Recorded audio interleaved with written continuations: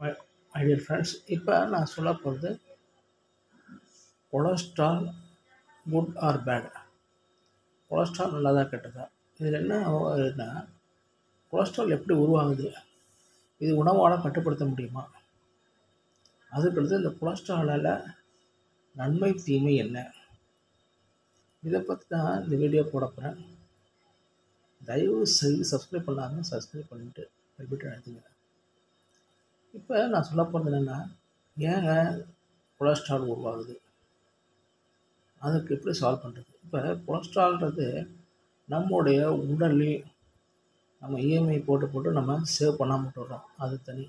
இன்றைக்கி நம்ம அப்படி இல்லை, நம்ம உடம்பு எப்பயுமே அலர்ட்டாக இருக்கணுன்றதுக்காக எப்பயுமே சேவ் பண்ணி வச்சுருக்கிறோம்.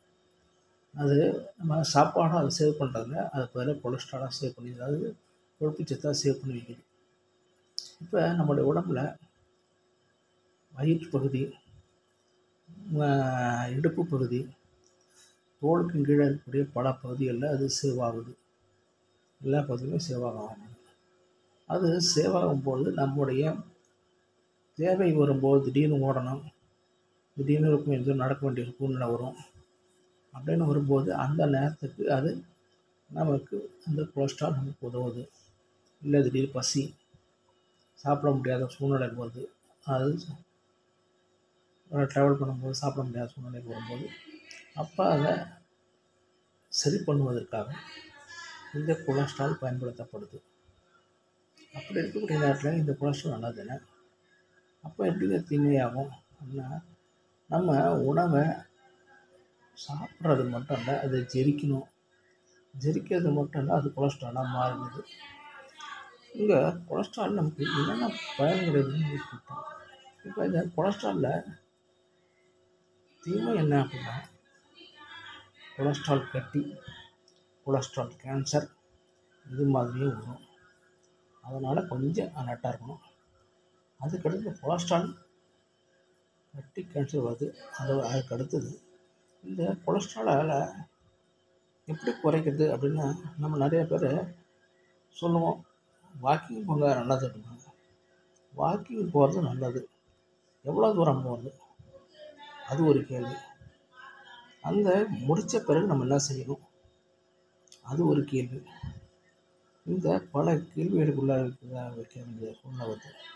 நம்ம உடனே சாப்பிட்றோம், நம்ம வாக்கிங் போனோம் அப்படிங்கும்போது 1 ஹவர் போங்க, ½ அன் ஹவர் போங்க. அதை விட ஒரு சிலர் 5 கிலோமீட்டர் நடங்க, 8 கிலோமீட்டர் நடங்க அப்படின்னு சொல்கிறாங்க. அந்த 5 கிலோமீட்டர் 8 கிலோமீட்டர் நடக்கும், தப்பே இல்லை, நடக்கலாம். ஆனால் அதை ரெகுலராக நீங்கள் செய்கிறீங்களா அப்படின்னு கேட்டால் இல்லை. அதில் தான் ஃபால்ட்டு வருது. நீங்கள் ஒரு 10 நாள் தொடர்ந்து நடப்பீங்க, அடமா டெய்லியும் நடந்து உடம்புலாம் கஷ்டமாக இருக்குது அப்படின்னு சொல்லிட்டு, என் உடம்பு கொழுப்பு குறையவே இல்லை, அப்படி தான் இருக்குது அப்படின்னு நம்மளே நினச்சிக்கிறோம். அதுக்கு உண்மையான காரணம் என்ன, நம்ம போன உடனே நல்லா நடந்துட்டு மூச்சு இருக்குது அப்படின்னு சொல்லிட்டு ஒரு பஜ்ஜி கடையோ போண்டாவையோ பார்க்கும்போது, அளவா கொழுப்பாவது ஒன்றாது, நம்ம தான் ஒரு நேரம் நடந்துட்டோம் அப்படின்னு சொல்லிட்டு ஒரு 4 பஜ்ஜியை சாப்பிட்டு ஒரு டீயை சாப்பிட்டு வரும்போது நம்ம இழந்த அந்த கொலஸ்ட்ரால் திரும்பி நம்ம உடம்பு சேவாக்க ஆரம்பிச்சிடும். அதனால் எந்த பிரயோஜனமும் இல்லை. இப்போ புரியுதுங்களா? நான் எதுக்காக இந்த சாப்பிட்டதுன்னா, திரும்பவும் எந்தெந்த இடத்துல குறைஞ்சதோ அந்த இடத்த நிவர்த்தி பண்ணுறதுக்கு கொண்டு போய் கொலஸ்ட்ராலை கொண்டு போய் நம்ம உடம்பு சேர்த்துருவோம்.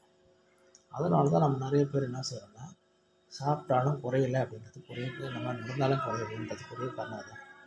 அப்போ உணவு பழக்கத்தை மாற்றலாமா அப்படின்னா, நீ எந்த உணவு சாப்பிட்டாலும் இதில் கொஞ்சம் எந்த உணவு வெஜிடேரியனாக இருந்தாலும் சரி, அது நான் வெஜிடேரியனாக இருந்தாலும் சரி, எந்த உணவு சாப்பிட்டாலும் அது கொழுப்பாக மாற்றப்படும். இதுதான் நிதர்சனமான உண்மை. இது ஒரு சிலர் இது சாப்பிட்டீங்கன்னா கொழுப்பு வந்துடும், அது சாப்பிட்டீங்கன்னா கொழுப்பு இல்லை அப்படின்லாம் சும்மா கதை விடுவாங்க. அப்படிலாம் எதுவுமே கிடையாது. வெஜிடேரியனுக்கும் கொழுப்பு வரும், நான் வெஜிடேரியனுக்கும் கொழுப்பு இருக்கும். புரியுதுங்களா? அதனால் கொழுப்புக்கும் அதுக்கு இது சம்மந்தமும் இல்லை.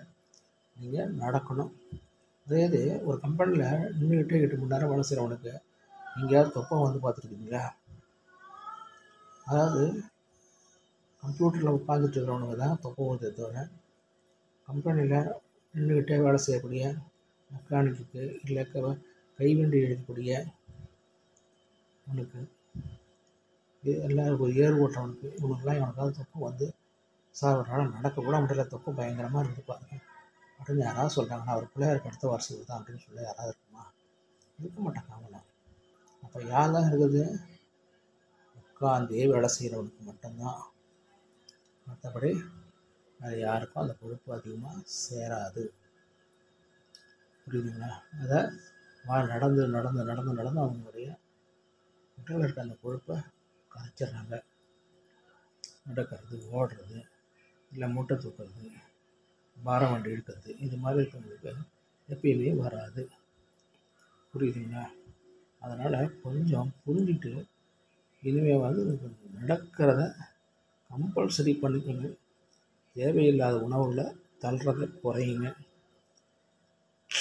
இது இருந்தாலே உங்களுடைய கொழுப்பு கட்டி, கொழுப்பு கேன்சர் இதிலிருந்தும் நீங்கள் பாதுகாத்து கொள்ளலாம். இது பிடிச்சதுன்னா லைக் பண்ணுங்கள், கமெண்ட் பண்ணுங்கள், தயவு செய்து சப்ஸ்கிரைப் பண்ணிவிட்டு பெல் பட்டன் அழுத்துங்க. தேங்க்யூ.